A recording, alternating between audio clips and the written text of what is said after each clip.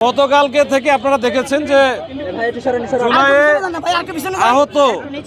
আহতদের কথা বলে এক অংশ এরা হয়তো শাহবাগ মোড়ে এসে অবস্থান নেয়, পুরা চারিদিকে ব্লক করে দেয়, গাড়ি ঘোড়া বন্ধ করে দেয়। এরপর থেকে কালকে থেকে আমরা বেশ কয়েকবার চেষ্টা করেছি, তাদেরকে বোঝানোর চেষ্টা করেছি, কিন্তু দিন গেছে, পুরাটা দিন তো ঢাকা শহর কলাপস হয়ে গেছিলো। রাতেও চেষ্টা করছি, রাতে আমরা লিঙ্ক রোডটা খুলতে পারছিলাম, কিন্তু মাঝখানে তারা অবস্থান নিয়েছে। আজকেও কিন্তু সেম অবস্থা ছিল।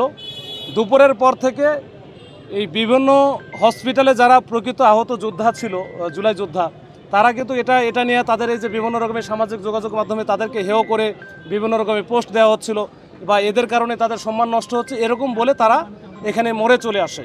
মোড়ে আসার পরে তাদের যেটা হয়, তারা তাদেরকে ধাওয়া দেয়। এরপরে পুলিশ ওইখানে গিয়ে তাড়াতাড়ি করে যেন দুই পক্ষের মধ্যে কোনো ঝামেলা না হয় বা হতাহতের ঘটনা। এখানে যারা আসছে তারা একেবারে, এখানে একজন আছে আমার সামনেই, তো ওনার হচ্ছে বেশ কয়েকজন আছে, ওনারা হচ্ছে প্রকৃত, ওনারা বলতেছে যে ওনারা হচ্ছে এটার জন্য প্রকৃত যোদ্ধা, বা তাদের অনেকের কারো হাত নাই, কারো পা নাই, কারো হচ্ছে বড় ধরনের ক্ষতি হয়েছে, তারা কিন্তু এই আন্দোলনের সাথে নাই।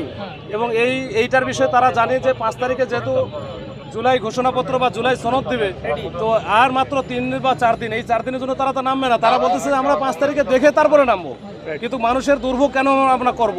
কিন্তু এখানে যারা আসছে তারা হয়তো তাদের বক্তব্য অনুযায়ী যে তারা হচ্ছে তাদের নিজস্ব স্বার্থের জন্য, বিশেষ উদ্দেশ্য হাসিলের জন্য এখানে আসছে।